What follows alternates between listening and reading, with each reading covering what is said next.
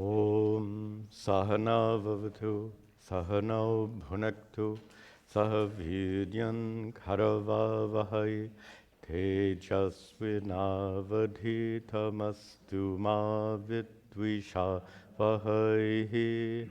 Om Shanti Shanti Shanti.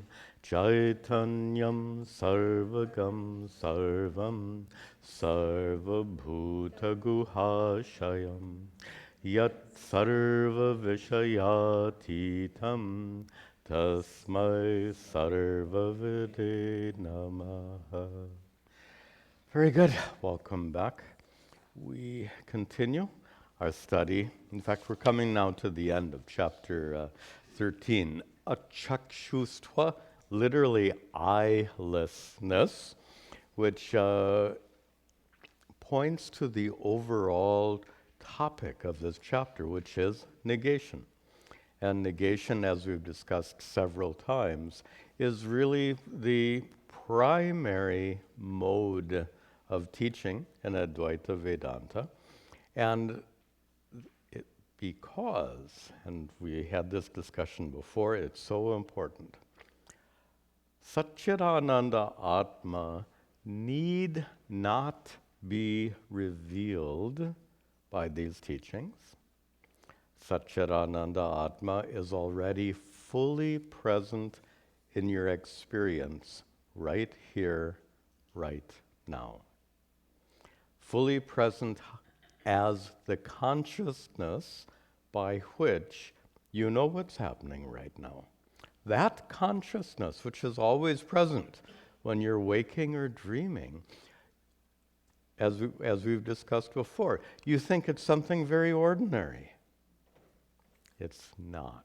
You have many wrong conclusions about the nature of your already evident consciousness. That consciousness is swata siddha, already evident, swaprakasha, self-shining, self-revealing. But about that self-evident, self-revealing consciousness, you have made so many wrong conclusions. And sadly, those wrong conclusions make you suffer. So the purpose of these teachings then is to remove the wrong conclusions about a already revealed consciousness for the sake of putting an end to suffering. That's our approach. So with that introduction, we will pick up the thread with verse 23. Bhedo bhedastata chaiko, bhedo bhedastata chaiko, nana cheti vikalpitam, nana cheti vikalpitam, nyeyam nyata gatir gantha, nyeyam nyata gatir gantha, Maye kasmin kuto bhavet, maye kasmin kuto bhavet.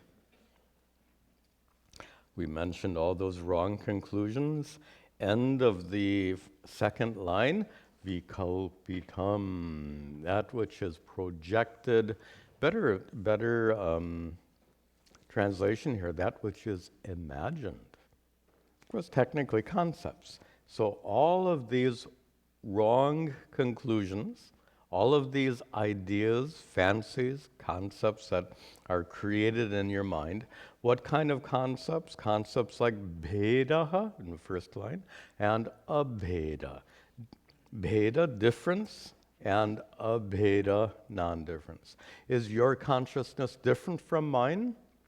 Or is there one all-pervasive consciousness present in your mind and my mind? Now, you know the answer to that question, but I'm making a slightly different point. This discussion is conceptual.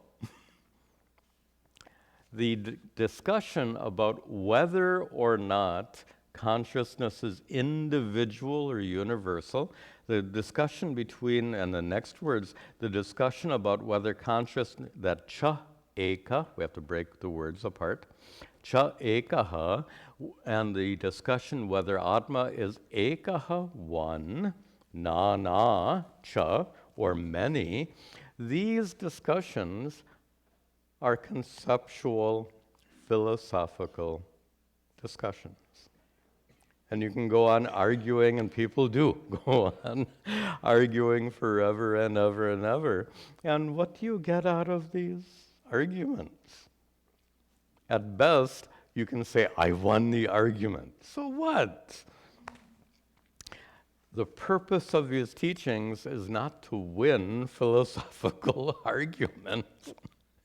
The purpose of these teachings, as we said, is to put an end to suffering. So, to treat these teachings as a kind of philosophy is to completely miss the point and pervert the purpose of what the ancient rishis taught and what Shankara is rephrasing for us here. So all of these are concepts. They're not concepts and philosophy. Even having the right concept and the right philosophy doesn't put an end to your suffering. If you conceptually, intellectually know that consciousness is one and non-different, how does that concept help you? You get the point. So all of this is not meant to convey conceptual or information is a better term here. We're not after more information. We are after removing wrong concepts. One more point here, and this is very subtle. We're not talking about wrong concepts about something called sat-chit-ananda atma. We're talking about wrong concepts about your true nature. Do you see how different those two perspectives are? So there are many wrong concepts about sat-chit-ananda atma. That is the realm of philosophy. There are many wrong concepts about your true nature which make you suffer. That is what Vedanta is about. Okay, continuing. Also, there are other false conclusions like jnanam and jnata. I am the jnata, the knower. This chair is known, this body is known. This kind of divisive thinking into subject and object is a further concept. Also, the division between ganta, goer, and gatihi, goal, that which you reach by going. Further concepts. All of these are concepts. By making further conceptual divisions, we gain nothing. But there's another point here in this third line. When you call yourself a jnata, a knower, or you call yourself a ganta, a goer, Shankara asks in the last line, mayi, in me, ekasmin, in me who is one, in the one me, with regard to the one me, kutaha bhavet, how can there be these various conceptions like knower and goer? So let me just make it a little, use common language here. It's quite sophisticated. Shankara's language, but the point is very simple. Are you a knower or a goer? I know it sounds absolutely silly, but if I said you have to choose one, why do I have to choose one? I am the one person who, when I identify with my mind, I am a knower. When I identify with my body, I am a goer. If you remove that identification with your mind, you're not a knower. If you remove the identification with your body, you're not a goer. Who are you? Unchanging consciousness. And that's what we'll talk about further in the next verse.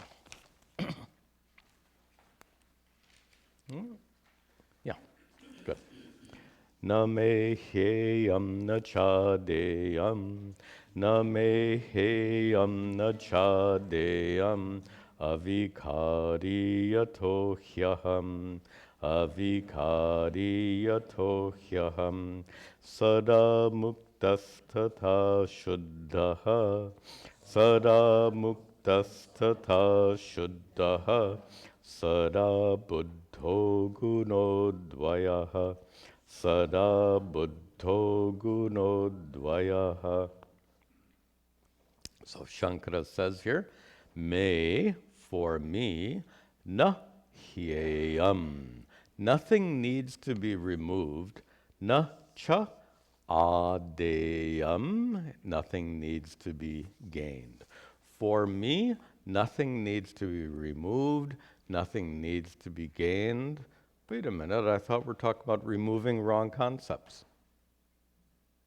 I thought we're talking about gaining correct understanding.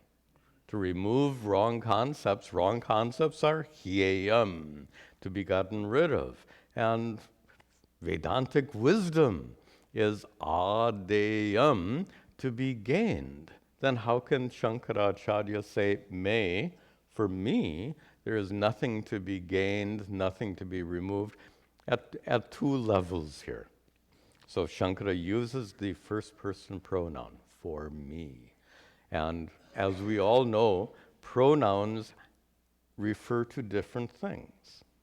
So Shankara could be speaking here as an enlightened person, which is not the preferred meaning, but we'll take that first. So if Shankara, not if Shankara is enlightened, Shankara, who is enlightened, says, for me, there's nothing to be gained and nothing to be removed. Well, because he's already enlightened. But that's not his meaning. Shankara, as we've seen earlier in this chapter and in prior chapters as well, Shankara uses a first-person pronoun to refer to his true nature. That is, when Shankara says the word aham, as he says in the second line, aham, I, Shankara is not referring to a teacher who lived 1,200 years ago. He's not referring to a particular body-mind complex, an individual being. When Shankara uses the word I, it means only one thing. Actually, in this text, I should... When when Shankara is speaking to his disciples 1,200 years ago, and he says, I want some water, that's a very ordinary meaning of I. But when Shankara uses the word I or me in this text, and especially in this verse, Shankara is referring to his true nature as sat-chit-ananda atma. So, and I think that is the preferred, not I think, it is the preferred meaning here. Shankara says, me, for me, there is nothing to be removed, nothing to be gained for me, for atma. Remember, Vedanta doesn't need, I've switched it around in my mind. Atma doesn't need Vedanta. Atma doesn't need Shankara, Swami Taratmananda, Arsha Buddha Center, any of that. Atma doesn't need nothing to be removed, nothing to be gained. Of course, we can say with regard to the mind, absolutely wrong conclusions to be removed and right understanding to be gained. But Shankara says, me, for me, in my true nature as Sat-chit-ananda Atma, there is nothing to be gained or removed. Why? In the second line he says, yataha, because. You have to break apart the words he and aham. He, indeed, because aham, I, there's our first person pronoun again, I am avikari, unchanging consciousness. For that which is unchanging, you can't, no matter how hard you try, you can't add anything or take anything away for that which is unchanging. So Shankara says here, aham, I am that avikari chaitanya. I am that unchanging consciousness. And just to point out something we've discussed before, is that Shankara is not afraid of using the word I. I've joked with you before that in past years and centuries, certain spiritual teachers would never use the word I. And you say, so, oh, did you just arrive? Say, yes, this just arrived. Would you like some tea? Yes, this would like some tea. And that that language is certainly artificial. We can understand where that comes from. The whoever spoke that kind of words is demonstrating to the disciples detachment from the body and mind. I'm not saying it's wrong, and I'm not even criticizing it, but it's unnatural. And here, Shankara, in a very natural way, uses the word aham. He's not afraid of the word aham. And to use a term we've used before, this aham is evidence of Shankaracharya's enlightened ego. The goal of Vedanta is not to destroy the ego. We had that discussion just 1 or 2 classes ago. The ego is an organizational principle in our mind. It helps us structure our thinking and activities. In the absence of ego, you couldn't do anything. Ego is the one that wields will and decision-making. No ego means no will, no decision-making. So we've had this discussion before. I'll keep it short. Our goal then is not to destroy the ego, but to enlighten the ego. What is an enlightened ego? An enlightened ego is when you know my ego is just another mental event. When you can recognize that sense of I-ness, that feeling of being an individual person, it's just a feeling. Just another feeling. And feelings come and go. Every night in deep sleep, it's gone. When you wake up, it comes back. It's just a mental event. Ego is not the enemy. In fact, no mental activities are the enemy. If we want to say there is a so-called enemy, the enemy would be ignorance, nothing else. Not the way your mind works. The way your mind works is 100% natural. And if you say, Swamiji, my mind doesn't work properly. Okay, that's natural for you. Your mind is what it is. And it is that way for thousands of reasons. It's natural. Your mind is not your enemy. And my guru made this point so strongly.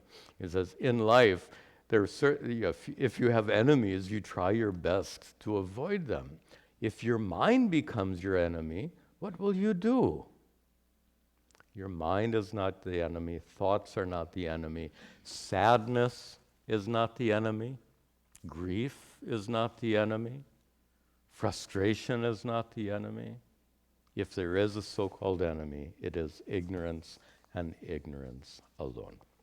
Okay, let's finish this up. So Shankara says, for me, there is nothing to be gained or removed because I am unchanging consciousness. What is that unchanging consciousness?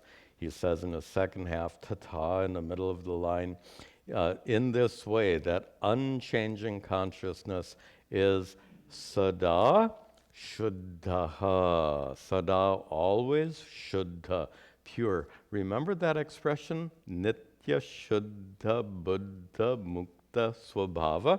Shankara's favorite expression for describing Atma as Nitya Shuddha, eternally pure, Nitya Buddha, eternally enlightened, and Nitya Mukta, eternally liberated. Well, in the second half paraphrases that. You can see sada shuddhaha, eternally pure. And pure here means unaffected by the world, free from suffering.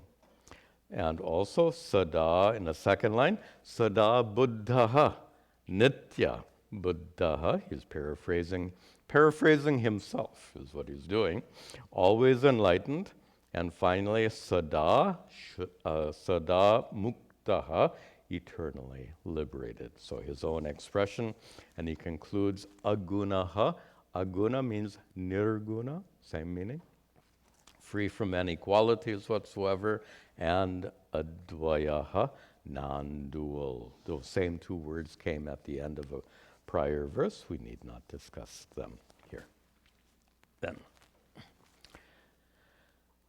ityevam sarvadatmanam, ityevam sarvadatmanam, vidyat sarvam samahitaha, vidyat sarvam samahitaha, viditva mam swadehastam, viditva mam swadehastam, rishir mukto dhruvo bhavet, rishir mukto dhruvo bhavet.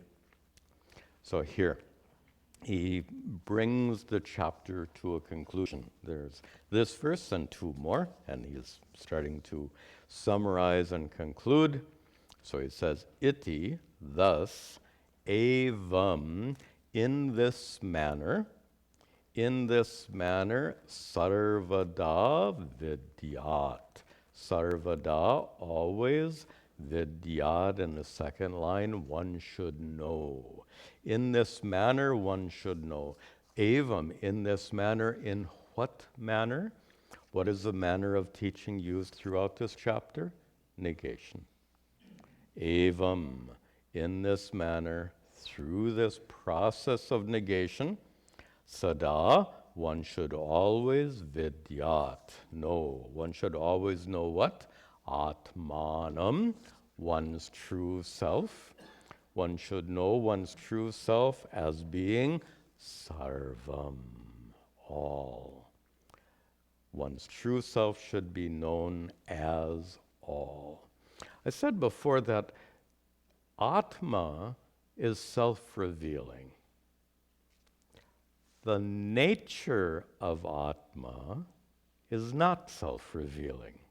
Can you make that distinction? Atma as consciousness is self-revealing. No one needs to tell you you're conscious. You know you're conscious. It is self-evident. But what is the nature of that consciousness? That's where Vedanta walks in the door, so to speak. And there are so many wrong conclusions which are negated by these teachings. And one of those wrong conclusions is, I am a limited, finite individual. Those conclusions are also negated by the teachings of Vedanta. So that vidyat, one will know, swatmanam, just atmanam. One should know atmanam, oneself, as sarvam, as all. Or as my guru liked to say, the whole. You are the whole. The whole is a word for Brahman. You are Brahman, your true nature is a whole. And how should this be known? A very important word in this verse, samahitaha. Now, samahita might be unfamiliar to you, but it turns out it's etymologically related to the word samadhi. It actually has the same etymology as samadhi. Don't ask me how. This is not a grammar class. But dha forms a participle hita, and that's what we see here. So samadhi, here in the context, samadhi, not in a sense of a state of concentration, even though I've used that translation, I don't like that word here right now. I would suggest that samadhi is a state of perfection for the mind. In fact, I said, Actually, I don't like my translation here. Instead, with great I don't like it. What can I say? I translate and then, don't we all revise our stuff, right? Whatever we do, revise it. And anyway. So instead of with great concentration, maybe I took the shortcut because instead of great concentration, we require a paragraph to explain it. Let me try to explain. Samadhi, to which this word is related, samadhi is a state of perfection for the mind. It's much more than that, but let's just focus on that. Samadhi is a state of perfection for the mind. Perfect concentration, perfect silence, perfect absorption of a state of perfection. So here, we're not talking about meditation. Our context is about knowledge. Vidyat, one should know, atmanam, one's true self. And this word is telling you in how one should know oneself. And the word samahitaha then implies here one should know oneself perfectly. Now, I didn't write perfectly because samahita doesn't mean perfectly, but contextually. What Shankara wants us to understand here is just like samadhi is a state of perfection for the mind, in the same way, enlightenment is a state of perfect knowing. Notice I didn't say enlightenment is a state of a perfect mind, right? Why did I not say perfect mind? Mind will never be perfect any more than your body can be perfect. We're not trying to perfect the mind. What we need is not perfect body or mind. What we need is perfect knowledge of your true nature. What is that perfect knowledge? It is knowledge that is free from doubts, knowledge that is free from vagueness, which is why in addition to shravana, what we're doing right now, we engage in manana, a process of analytical inquiry. We ask questions. How can that be? I don't get it. Please explain it to me. That manana is a process of removing doubts and removing vagueness. You all have heard me say shravana, manana, and nididhyasana are the main practices in Advaita Vedanta. Shravana, a process of self-inquiry guided by these teachings, what we're doing right now. Manana has also been included in many of these chapters, addressing doubts and vagueness. And then finally, nididhyasana addresses another kind of imperfect knowledge. That is, if your knowledge, I know I am sat-chit-ananda atma, but if that knowledge is accompanied by habitual identification with your body. We've talked, in fact, we had a whole chapter on nididhyasana. We talked about this extensively in that chapter. And the fact is that even when you get it, so to speak, I am sat-chit-ananda atma, utterly independent of this body, but still, the body still feels like me. There's this habitual identification that hangs on, so to speak, even after the dawn of knowledge. That's normal. How many people have said, Swamiji, I understand that I am sat-chit-ananda atma, but this body still feels like me. That is everyone's experience, without exception. We have to deal with this habitual identification, and as we've observed, that process of identification began shortly after your birth and has continued for decades. So decades of building and strengthening that identification with your body, is it reasonable to expect it'll just disappear in a moment? That's an unreasonable expectation. So we have the practice of nididhyasana, which specifically targets that habitual identification with the body, thereby removing an obstacle to knowledge. I used the term imperfect before, but the better term with regard to knowledge, I don't think we've used these terms before in class. The term we use for an obstacle to knowledge, like doubt, like vagueness, like habitual identification with the body. The term we use is pratibandha. So pratibandha is a common Vedantic term to describe an obstacle in general, but here that which partially obstructs your knowledge. Why would I say partially obstructs your knowledge? That's kind of an odd expression, but it's actually a little subtle and a little important. You get it, but you don't get it. So at one level, you get it. But at another level, you don't get it. Why? Due to the presence of these pratibandhas, like doubt, like vagueness, like habitual identification. When doubt, vagueness, and habitual identification are removed, there's no problem. You get it, you know you get it, and that's it. Bas, ho gaya. Nothing more needs to be done, which Shankara is going to talk about in the very next verse. So this word samahita refers to a condition of, instead of using perfect knowledge, and I want to retract that translation because even that's not a great translation, unobstructed knowledge, knowledge which is free from pratibandhas, free from obstacles like doubt, vagueness, and identification with the body, habitual identification. This is what the word samahita means. It also means concentration, but contextually, I would say it is unobstructed.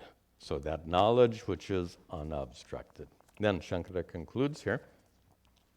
Viditva mam, viditva, having known, and this sounds strange.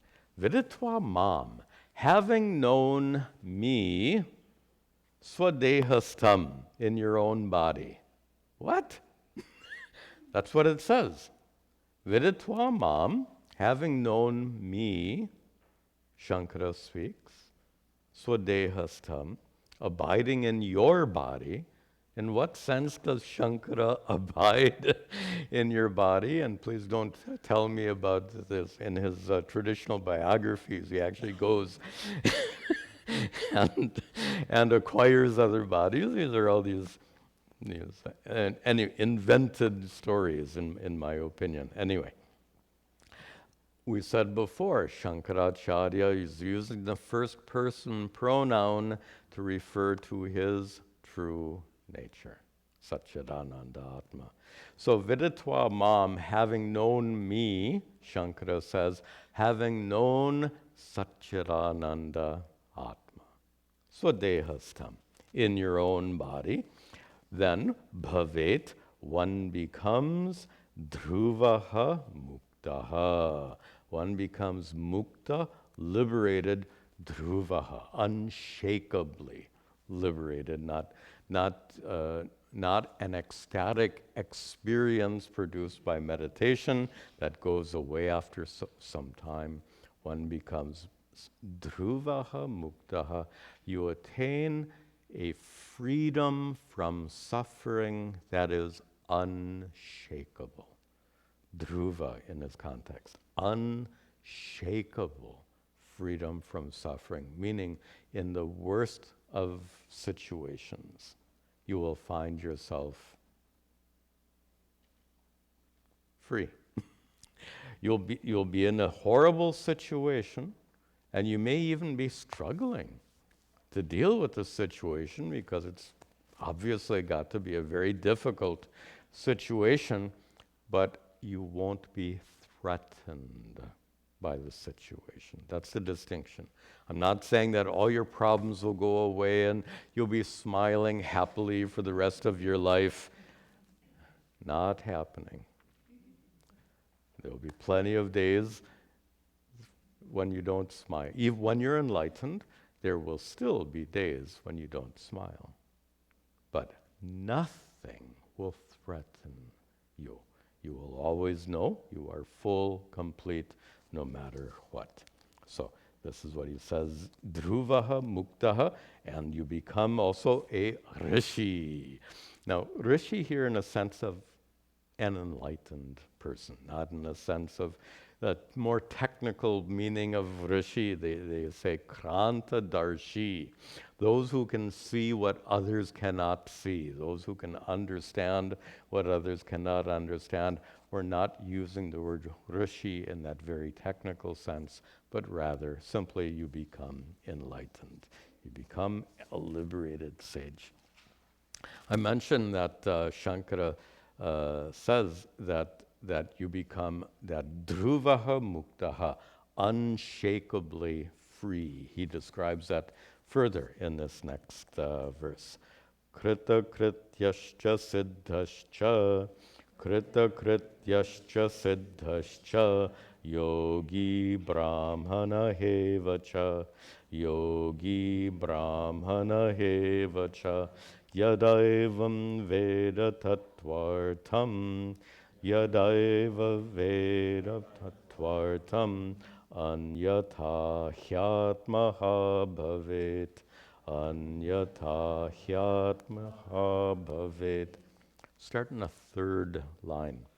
Yada, breaking up the words, yada evam. Yada, when, evam veda, when one knows thus.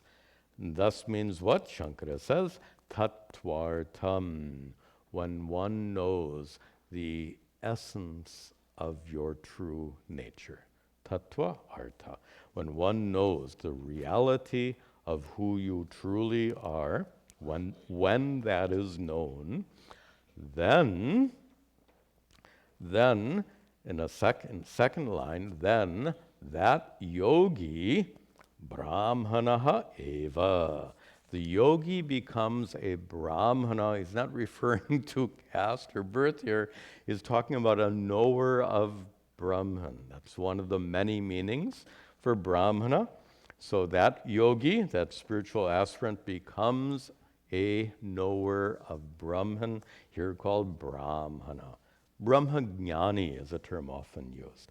So that yogi becomes a Brahmajnani, and that yogi in the first line becomes krita krityaha. Common translation is fulfilled. Literally it means everything that needs to be done is done. Kritya is your to-do list for your entire life, and krita means done. You have check marks. Actually, you don't have check marks. You just know that even if I don't get to all these items, who cares? That's the sense of fulfillment.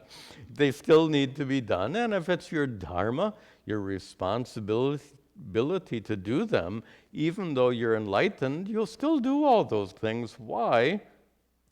Why not? It's your responsibility to do them. Or people who talk about having a bucket list. Interesting expression.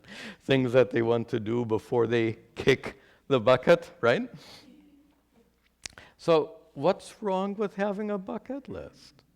Could an enlightened person have a bucket list? Why not? But it just means, what is the difference then if there are certain items which are not checked out? It doesn't bother the enlightened person. On the other hand, why should he or she not pursue whatever it is they want to pursue in life? There's nothing to prevent it. That is what's meant here by krita krityaha, a sense of completion, a sense of fulfillment, a loss of that sense of urgency that, oh, I have to do this, I have to do that, I have to do that, completely gone. And that person is siddha, perfected, is a code word, as it were, for enlightened. Siddha, perfected in the sense of completely free from ignorance and the suffering caused by that ignorance, and that person is enlightened. There's an interesting statement in the last line. In fact, in English we call this a kicker. Kicker is like the, what do they call it? The punchline of a joke. And Shankara says, so when, he says, when you know reality, you become a brahmajnani, you become fulfilled, you become perfected. Anyata, on the other hand, or else, he indeed atmaha bhavet. He becomes atmaha, literally a killer of atma, and it's often translated, he becomes a suicide. It's kind of bad English, but you would say he commits suicide. He takes his life. Of course, it's figurative. And figurative, why? Atmaha is a word used in Sanskrit for suicide. The word atmaha in Sanskrit, indeed, it means suicide.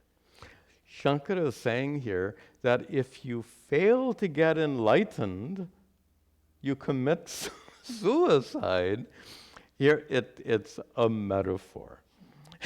If you fail to discover your true nature throughout your life, you miss out on the truth of who you are throughout your life. There are actually two references we can make to this. One is the famous 10th man story. I won't tell the story. It takes a half an hour to tell it properly, but I think all of you know that story quite well. So the 10th man thinks the 10th man is running around in the jungle looking for himself. You remember the story? So the 10th man is running around in the jungle looking for himself, assuming that the 10th man, not assuming, worrying that the 10th man drowned in the river, that the 10th man is dead. If the 10th man continues day after day to run around in the jungle looking for the missing person, what will that 10th man conclude? The 10th man is dead. So in that sense, there is a kind of death of oneself involved. There's one other way of understanding that expression, atmaha, literally a killer of oneself. And it's a reference to a famous verse in the Kena Upanishad, where the rishi says, iha chet avedit. If you gain this knowledge in this lifetime, ata satyam asti, then you gain the ultimate truth. If you become enlightened in this lifetime, you gain the ultimate truth.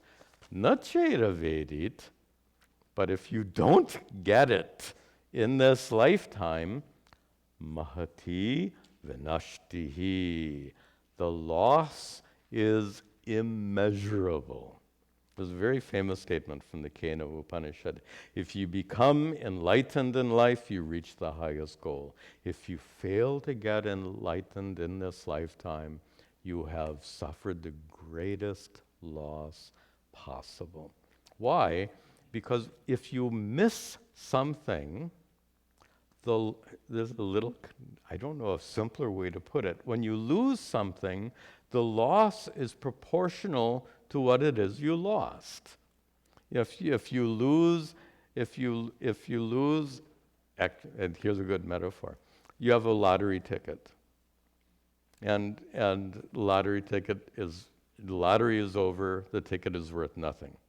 If you lose that lottery ticket, what have you lost? Nothing. Suppose that lottery ticket is a winner of $1 million. You lose that ticket, you've lost $1 million. And here the metaphor suggests that there is nothing more valuable in life than enlightenment.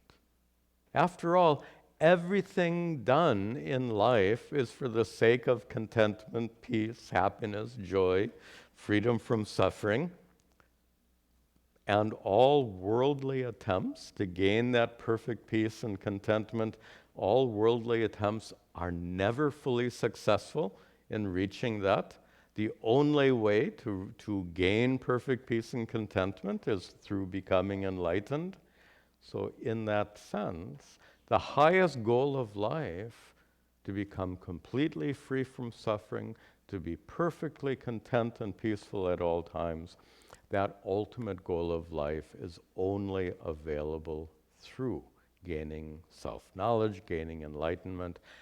Failing to gain that enlightenment means the greatest loss possible. That's what the sense is. And that brings us to the very last verse of this chapter, chapter 13. Vedarto nishchato hyesha, Vedarto nishchato hyesha, samasena mayoditaha, samasena mayoditaha, sanyasibhyah pravaktavyaha, sanyasibhyah pravaktavyaha, shantebhyah shishta buddhina, shantebhyah shishta buddhina. In the first line, and he, eshaha, he, indeed, eshaha, this teaching which is Vedartaha, which is the meaning of the Vedas. Remember, the Upanishads are part of the Vedas. All of Vedanta is based on the Upanishads. Upanishads are part of the Vedas in that sense.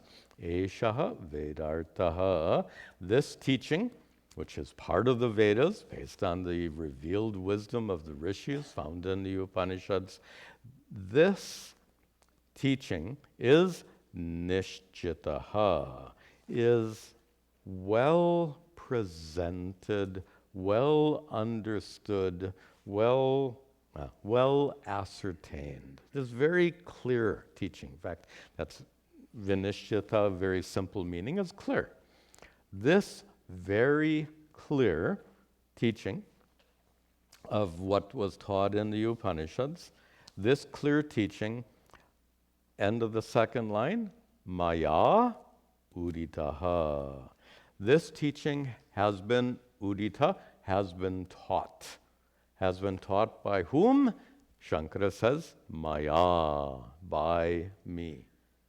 By sat-chit-ananda atma?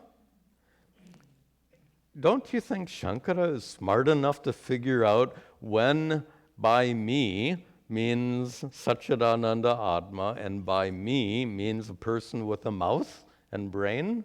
So Shankara doesn't have that confusion. Why should we? So we need to understand. And that pronouns, like any word, has to be understood in context.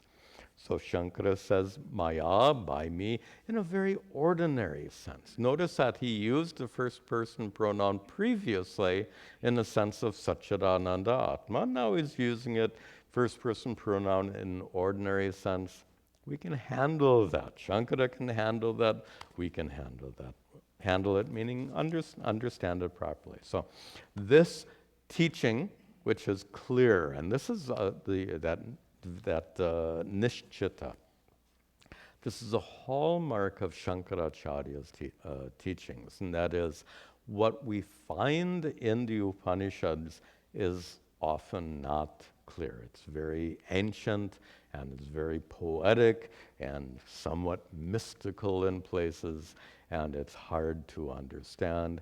Shankara's glory is to take those teachings and present them in this very clear manner. So these teachings of the ancient rishis have been presented, maya uditaha, they've been taught by me, nishchitaha, very clearly, and samasena, very briefly. Briefly in this chapter of 27 verses. And these teachings, he concludes in the second half, these teachings, pravaktavyaha, should be taught. Should be taught to whom? And now we get into a little debate here. These teachings should be taught to sannyasibhyaha, unto sannyasis. Now, sannyasi, as you all know, Hindu monk. Shankara means what he says. These teachings should be taught to sannyasis, because in Shankara's world, anyone who was serious about this, well, they become sannyasis. Shankara's disciples were all, actually, forget what I just said. It's not very helpful. What is important is this. All of Shankara's disciples were sannyasis. It's very unlikely that he had any householder, grihastha disciples. It's better to assume, we can easily assume, correctly assume, that all of his disciples were sannyasis. So we have a sannyasi teaching sannyasis. That's the context. So is it so surprising that Shankara should conclude here that these teachings should be taught to sannyasis? So this is Shankara. Shankara was to use kind of an American metaphor, Shankara was the sannyasi's sannyasi. How's that? Anyway, some funny expression. But in a broader context, sannyasa means renunciation, doesn't necessarily mean one who has taken orange robes and renounced conventional life. It means one who has renounced, and I think most of you have studied Bhagavad Gita thoroughly, and you understand that the way Sri Krishna teaches karma yoga is you can't be a karma yogi unless you renounce. He makes it very clear. Karma yoga involves renunciation. What kind of renunciation? Very specifically, to recognize that perfect peace and contentment is not possible through conventional worldly efforts. So you renounce it. Doesn't mean you renounce worldly activities, but you renounce the effort to find perfect peace and contentment through worldly activities. And having renounced the worldly part of that effort, you focus your effort on gaining perfect peace and contentment is focused on spiritual life. You renounce worldly life as a means to the highest end. That's renunciation. Absolutely renunciation. And unless you do renounce that hope that one day all of my problems will be solved and I can rest in peace, if that continues to be your hope, you haven't renounced. So this renunciation, the renunciation found in karma yoga, and the renunciation that Shankara probably doesn't refer to here, the renunciation that Sri Krishna does refer to extensively. Go back and study chapters 3, 4, and 5. You'll get it, especially chapter 5 for this particular topic.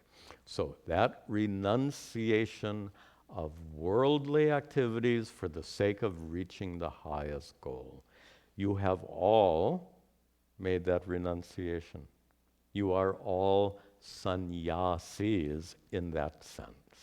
Not in the sense that you've renounced the world and worldly activities, but you have renounced the false hope that one day, through your worldly activities, you will gain perfect peace and contentment. You've all renounced that. In that sense, you are all sannyasis. So, sannyasibhyaha, unto sannyasis, whether they are lifestyle sannyasis or karma yogis like you, these teachings, pravaktavyaha, should be taught. What kind of sannyasis? Shantebhyaha, sannyasis who are shanta, peaceful. Of course, it's so easy to be peaceful when you shift your attitude towards worldly life. Then instead of being so driven, oh, I have to do this, I have to do that. If I don't do this, then what will happen? That pressure goes away with the sannyasa we just talked about. When you renounce the false hope that you can gain perfect peace and contentment through your worldly efforts, when you renounce that false hope, you won't feel that tension and pressure anymore. You will feel shanta, peaceful, at least most of the time. There are always problems in life, but in general, you will be shanta. And these teachings, pravaktavyaha, should be taught by whom?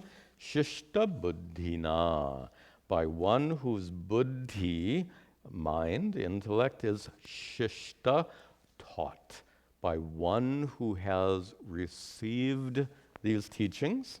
This is our Guru Parampara. So from Shankara, it has gone through so many generations of teachers until it came to my Guru, Puja Swami Dayananda. It came to me.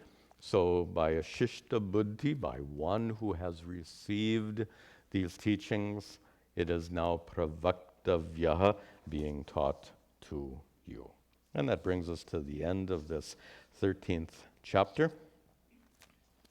And I'll make some announcements after our closing prayer. Although for our online students, let me mention that we will be taking a summer break.